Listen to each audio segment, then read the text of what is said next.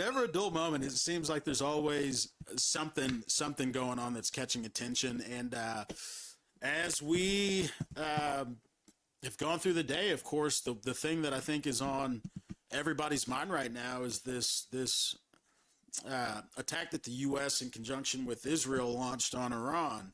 And Josh and I, we'll of course talk about that. I mean, I think that needs to be probably one of the first things we dive into, just because of the significance of it. As most folks know, it's being reported that Ayatollah Khomeini has been killed. Apparently, they found his body amongst the rubble, and a terrible dude is gone. I have certainly no love for the Ayatollah, and I don't think many people do. He is a brutal dictator that has most recently slaughtered between 30,000 and 40,000 Iranians who took to protest in the streets of Iran, who want freedom. And I think most people are glad that the guy is gone. Josh, are you happy that this dude is... I can't say I'm upset that he's gone. Yeah, I really can't, I don't think anybody's, but the question obviously becomes like, what happens next? It's, I think, common for Americans to see a repressive dictator, either be killed or overthrown. And everybody celebrates, but the question that normally doesn't get asked is what now? What is next? Most of you probably saw the president's, which Josh, is it possible to find the president's statement post the attack that we had on Iran? Because he says something in there that I actually really agree with and I think was smart. And you have to understand, when I say the president does something smart, then, that means something, because I, for one, have been an incredibly big critic of the president. The United States. But we'll put this up for you, and we'll play part of it. I think it's really important, and we might even show this in its totality for the people that haven't seen it, just because what we did was a big deal. So we'll go ahead and play this. Military began major combat operations in Iran. Our objective is to defend the American people by eliminating imminent threats from the Iranian regime. Okay, Josh, can you pause that real quick? Yeah. Okay, so this is not the part that I was talking about, but this is one of the things that I wanted to focus on real quick. So, imminent threat, right? Now, imminent threat can mean a host of things. Imminent threat could mean he could be speaking either in reference to the Iranian regime's ability to enrich uranium past a certain point in which they could have a nuclear bomb, or there could be another imminent threat out there, such as ICBMs or intercontinental ballistic missiles that they've been developing. What is unclear to me is exactly what that threat is. And well, I know Iran always talks a big game. Sure. Like, they're always like, if you do this, we're going to destroy you. Yeah. And then they put out some, AI generated thing. Terrible AI. Yeah. Terrible. They've gotten better at it, though. Yeah. Like, they've gotten a lot better at it. But the way I see it is, they're always, making it up, and I don't know. Maybe, bluster. Bluster. Maybe Trump took it serious. I don't think that they really posed any real threat to and let's back up a little bit, because last summer, the president, with the Israelis, struck specific targets that we believe to be the key sites in which they were developing these nuclear weapons. And at the time that happened, the president claimed that we completely, quote unquote, obliterated these sites, and that Iran no longer had the ability to move forward with their program to the extent that they could ever develop a nuclear weapon, at least in the near term. Fast forward 1 year, that seems to have changed. Right. And so, of course, my question is, what changed? Was it maybe we did not do as much damage as some of the post-assessment or post-assessments that were put out after that initial strike last summer indicated? Which I think is absolutely possible. I think it's more likely that was the case. Yeah. In which case, the American people were misled as to how effective those strikes actually were. Okay, no problem.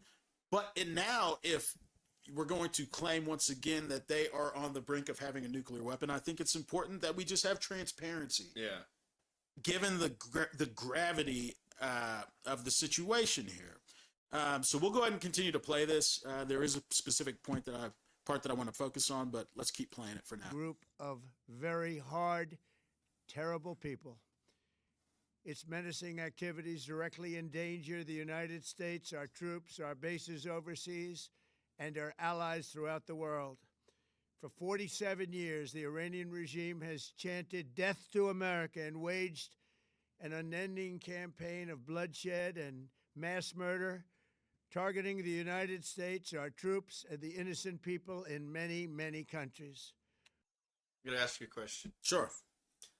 When he's talking about chanting death to America, did you ever see those videos and it tick you off a little bit? Oh, I mean, it's. I wonder because it would me sometimes. Like sometimes when I was in a bad mood, I'm like, yeah, right. Like, I mean, anytime you see another leader of any country chanting "Death to America," I think most Americans view that, rightfully so, as a little bit of a shot. Yeah. And of course it's frustrating, and it happens all the time. Regime's Right. very first acts was to back a violent takeover of the U.S. Embassy in Tehran, holding dozens of American hostages for 444 days.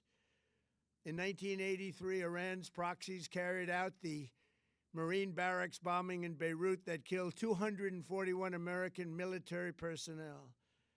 In 2000, they knew and were probably involved with the attack on the USS Cole. Many died. Iranian forces killed and maimed hundreds of American service members in Iraq. The regime's proxies have continued to launch countless attacks against American forces stationed in the Middle East in recent years, as well as U.S. naval and commercial vessels in international shipping lanes. It's been mass terror, and we're not going to put up with it any longer. From Lebanon to Yemen and Syria to Iraq, the regime has armed, trained, and funded terrorist militias that have soaked the earth with blood and guts. And it was Iran's proxy. And blood and guts. and also guts. Yeah, that's blood and guts. Hamas that launched the monstrous October 7th attacks on Israel, slaughtering more than 1,000 innocent people, including 46 Americans, while taking 12 of our citizens hostage. It was brutal, something like the world has never seen before. Iran is the world's #1 state sponsor of terror and just recently killed. Is that true? Yeah, I mean, I think that's true. I mean, whenever I was still working in Congress, that was something that, I mean, that's not really necessarily a secret. They have a lot of proxies. Yeah. Between Hamas, Hezbollah, all which operates underneath the Iranian Revolutionary Guard Corps. I mean, they've caused a lot of damage. I'm interested to know if that's our justification, though. Right. Or if that's the justification that the president, if that's the justification that the president is using here. Of its own citizens on the street as they protested. It has always been the policy of the United States, in particular, my administration, that this terrorist regime can never have a nuclear weapon. I'll say it again. They can never have a nuclear weapon. That is why in Operation Midnight Hammer last June, we obliterated the regime's nuclear program at Fordow, Natanz, and Isfahan. After that attack, we warned them never to resume their malicious pursuit of nuclear weapons, and we sought repeatedly to make a deal. We tried. They wanted to do it. They didn't want to do it. Again, they wanted to do it. They didn't want to do it. They didn't know what was happening. They just wanted to practice evil. Do you know anything about the negotiations back and forth? No, but I can tell you that in general, the idea that they wanted to have an agreement, then not. I mean, that seems a little bit suspect to me. Like if you're the Iranian regime and the United States just launched an attack on you to blow up some of your key sites from which you were enriching uranium past the level that we have deemed to be no longer for economic or civilian purposes, it seems to me that you would absolutely want to negotiate, right? Yeah. And it's my understanding that it's not that the Iranians didn't want to negotiate. It's more a problem of what were they willing to give up versus what were they not willing to give up. And so I think it's a little bit misleading to say that the Iranians wanted to negotiate then didn't want to negotiate. I think it's more a matter of what was on the negotiating table, and maybe they agreed but didn't agree to some things. Right. And to be honest, I'm interested to know the details of how good faith of an effort we put forth to actually negotiate. Now, I'm not saying that we have to negotiate with the Iranians, right? We're the United States. And we say if you can't have a nuclear weapon, then you can't have a nuclear weapon. But again, what I want to point out is that the president said, and you just heard him, that we obliterated their abilities to have one by hitting these key sites. Yet it's not even a year later, and we're supposed to believe now that all of a sudden they pose such an imminent threat that we had to do what we did through this most recent attack because of the nuclear weapon issue. And that's kind of what I'm trying to figure out. And I think the American people have a right to know. Certainly Congress, and it's my understanding that the president, although I did see some reports that he through Marco Rubio, informed 7 of the 8 members of the Gang of 8 as to the details of this attack and why they felt it was imminent. But I think the American people, by and large, and the vast majority of Congress, do not know. And I know Thomas Massey, for example, is on the opposite side of this. There was supposed to be a vote for the war on the War Powers Resolution on Monday. And, I personally was looking forward, and I think they still plan on doing that, but I was looking forward to hearing more about that and what the justification this administration had laid before Congress as to why this was such an imminent threat. But I don't personally buy that it was because they yet again, which they've been saying since the 90s, were close to having a nuclear weapon for military Any purposes. practical type of I don't buy that. Yeah. But Iran refused, just as it has for decades and decades. They've rejected every opportunity to renounce their nuclear ambitions. And that's just not, and that's not true. I mean, look, Obama's the Joint Comprehensive Plan of Action, the JCPOA, which was negotiated under President Barack Obama, was focused on this, and it was focused on limiting Iran's enrichment to where it could not enrich past a certain point. Yeah. It was the President Trump, that when he came into office shredded that agreement. Right. And so to say that there was not any goodwill negotiations that took, that's not true. It might not have been perfect, and there were a bunch of weaknesses within within the JCPOA, but to say that they did not negotiate with us is patently false. Yeah. That is not true. It was a negotiation that just didn't work. Well, no, it was a negotiation that did work. Yeah. That plan was in effect. Okay. Yeah. Trump didn't like that plan. Yeah. He felt it was weak. He felt it was naive. And so when he came into office during his first term, he tore that up. Yeah. And now we are here. Yeah. Bombing Iran yet again.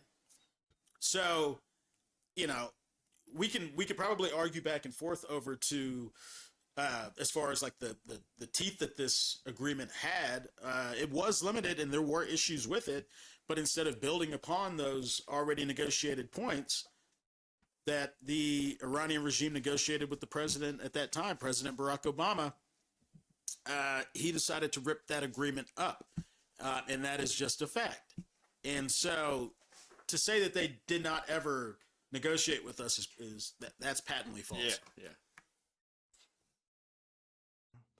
Instead, they attempted to rebuild their nuclear program and to continue developing long-range missiles that can now threaten our very good friends and allies in Europe, our troops stationed overseas, and could soon reach the American homeland. Just imagine how emboldened this regime would be if they ever had and actually were armed with nuclear weapons as a means to deliver their message. For these reasons, the United States military is undertaking a massive and ongoing operation to prevent this very wicked, radical dictatorship from threatening America and our core national security interests. We are going to destroy their missiles and raise their missile industry to the ground. It will be totally, again, obliterated. We're going to annihilate their Navy. We're going to ensure that the region's terrorist proxies can no longer destabilize the region or the world and attack our forces and no longer use their IEDs or roadside bombs, as they are sometimes called, to so gravely wound and kill thousands and thousands of people, including many Americans. And we will ensure that Iran does not obtain a nuclear weapon. It's a very simple message. They will never have a nuclear weapon. One thing I want to say is, I feel like, we were talking about this the other day, I feel like it wouldn't be a terrible thing if everyone could have them. Yeah, to have it's nukes. it's like it's the concept of mutually assured destruction. Yeah, you get along on steroids. Yeah, right. That's why all the big guys. Yeah, they all get along.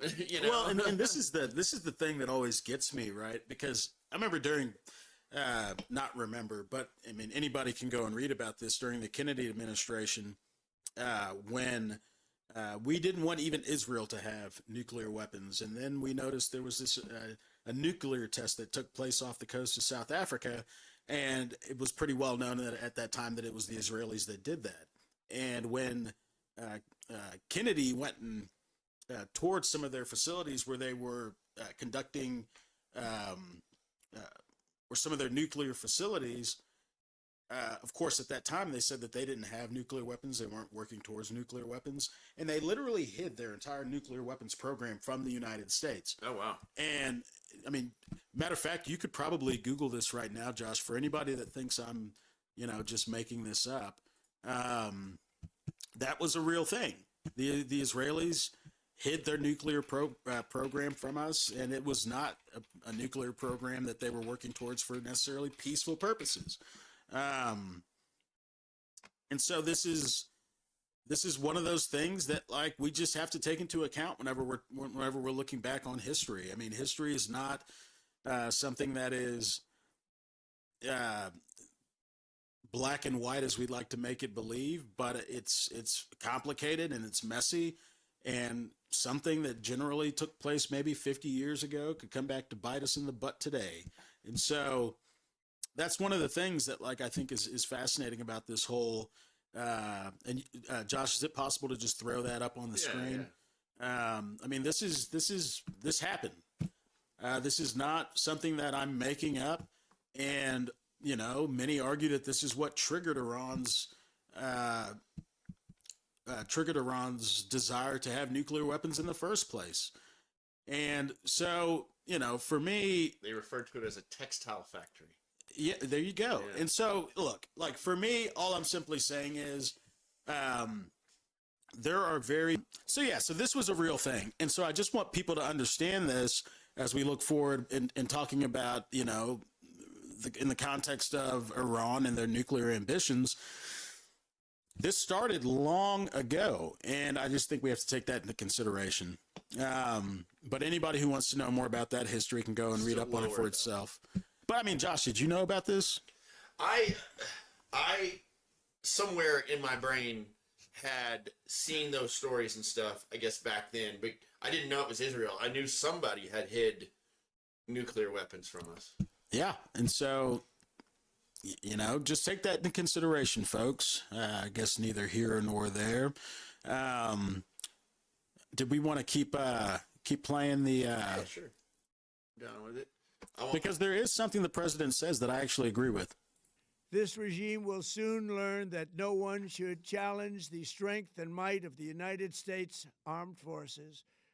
I built and rebuilt our military in my first administration, and there is no military on earth even close to its power, strength, or sophistication.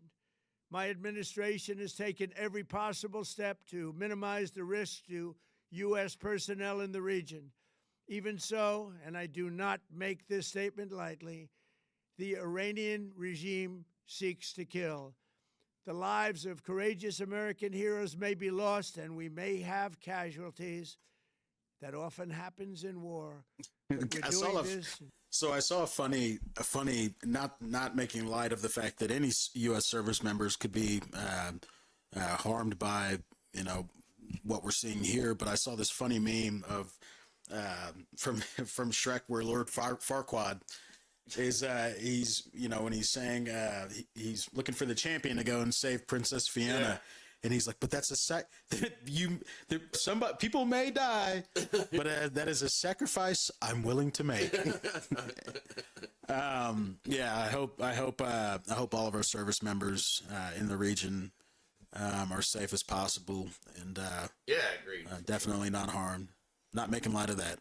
Not for now. We're doing this for the future, and it is a noble mission. We pray for every service member as they selflessly risk their lives to ensure that Americans and our children will never be threatened by a nuclear-armed Iran. We ask God to protect all of our heroes in harm's way, and we trust that, with his help, the men and women of the armed forces will prevail. We have the greatest in the world, and they will prevail. To the members of the Islamic Revolutionary Guard, this is the armed important part. forces, and all of the police, I say tonight that you must lay down your weapons and have complete immunity, or, in the alternative, face certain death. Okay, you can pause it right there, Josh. So that was worded kind of weird, but what he's saying essentially is, if you're in the IRGC or if you're in the Iranian military, lay down your arms, and the United States won't prosecute you for any crimes, so long as you lay down your arms. What is important about that, and what I really agree with, is that in Iraq we didn't do that. We didn't do that. We essentially deposed Saddam Hussein, left members of the Ba'athist regime in power, or not necessarily in power, but armed. And then many years later, the same members of the Ba'athist Party ended up turning into the Islamic State. Right. This is incredibly important, and I actually do support, and I'll even applaud the president making this suggestion that if the Iranian military members lay down their arms, that they won't face prosecution, or as he says, they'll be given immunity. The question then becomes, are the Iranian people going to accept that? Because justice is one of those things that, and not just justice, but accountability in general. Anytime you have a situation in which you have 30,000, between 30 to 40,000, I don't know the exact number of Iranians that have been gunned down in the streets because of this brutal regime. People, I mean, that's somebody's father, mother, son, or daughter, and people want there to be accountability. Right. And so the idea of now giving, even though I think that it's the correct, usually the correct path is never really the most popular path. Yeah. But in this instance, I hope that this administration, through Secretary Marco Rubio, who's the Secretary of State, is working with somebody on the ground in Iran, helping convey this message that we understand you want justice, but now is your opportunity to secure for yourself the freedom that you've been wanting for so long. But in order to do that, this is necessary. Yeah. I hope that message is being conveyed. Now, I don't know who on the ground in Iran this administration is working with. I know some Iranian people personally who have family in the region who have, I've asked this question. Okay, so if, and this is of course before Ayatollah Khomeini was killed, who is best poised to lead Iran moving forward?